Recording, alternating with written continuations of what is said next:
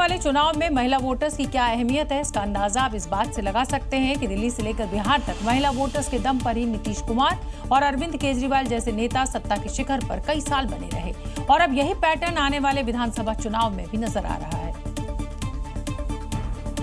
दरअसल 4 चुनावी राज्यों में महिलाओं पर 24,000 करोड़ का दाव लगा हुआ है। चुनावी वादा भी यही कहता है कि सत्ता में आए हैं तो ऐसे ही 5 साल आखिर पैसे खातों में जाते रहेंगे। तमिलनाडु की डीएमके सरकार ने 2-2 हजार रुपए स्पेशल समर पैकेज के नाम पर महिलाओं के खाते में डाल दिए, जबकि असम की बीजेपी सरकार ने बिहू मनाने के लिए 4-4 हजार रुपए भी दिए हैं। केरल की वामपंथी सरकार भी स्त्री सुखम नकद योजना लेकर आई है और 10 लाख महिलाओं को हर महीने 1-1 हजार रुपए दिए जा रहे हैं। बंगाल की तृणमूल सरकार तो फरवरी में ही लक्ष्मी भंडार स्कीम में 500 रुपए बढ़ा चुकी है।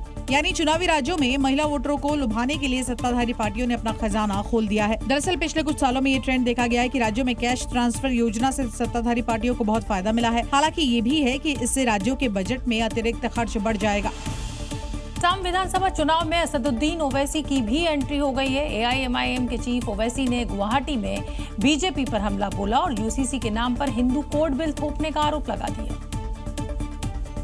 मेरे भाई असदुद्दीन ओवैसी असम में बदरुद्दीन अजमल की पार्टी एआईयूडीएफ का प्रचार कर रहे हैं। इस दौरान उन्होंने यूसीसी को लेकर बीजेपी पर हमला बोला।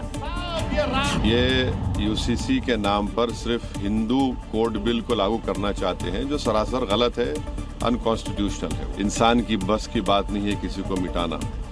लोग आए, मिट गए, चले गए और हम जिंदा रहेंगे। ओवैसी ने कहा कि कांग्रेस असम में बीजेपी को रोकने में नाकाम रही है, इसलिए उनकी पार्टी अब एआईयूडीएफ को सपोर्ट कर रही है। आसाम में जो राजनीति चल रही है, हेट पॉलिटिक्स चल रही है, नफरत की राजनीति चल रही है हेमंत बिस्वा शर्मा मुख्यमंत्री की जानिब से, और कांग्रेस पार्टी बिल्कुल नाकाम साबित हो चुकी है बीजेपी को रोकने के लिए।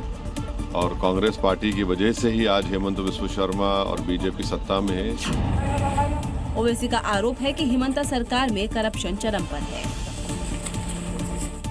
उत्तर प्रदेश में मुख्यमंत्री योगी का निर्देश है, जो भी अपराधी अपनी लाइन क्रॉस करेगा उसका कानून के दायरे में हिसाब होगा। मुरादाबाद में भी ऐसा ही कुछ हुआ। उधम सिंह गैंग के शार्प शूटर मोंटी चड्ढा ने 5 करोड़ की रंगदारी मांगी और पैसे न देने पर जान से मारने की धमकी,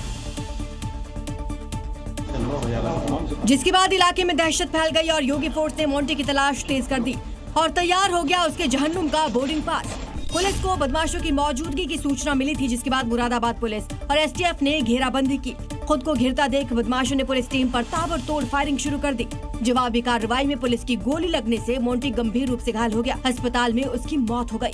घायल बदमाश है, उसको जिला अस्पताल में भर्ती कराया गया, जिसकी बाद में उपचार के दौरान मृत्यु होगी। मुठभेड़ के दौरान उसके पास से 32 बोर की पिस्टल, 32 बोर की रिवॉल्वर, 12 बोर की बंदूक, भारी मात्रा में कारतूस और स्विफ्ट कार बरामद की गई।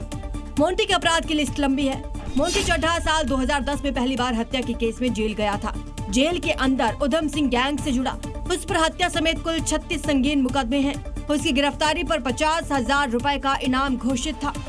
अपराधी कितना भी खूंखार क्यों ना हो, अगर यूपी में है तो योगी फोर्स से बच नहीं सकता, क्योंकि सीएम योगी कह चुके हैं अपराधियों के लिए हर चौराहे पर यमराज खड़े हैं।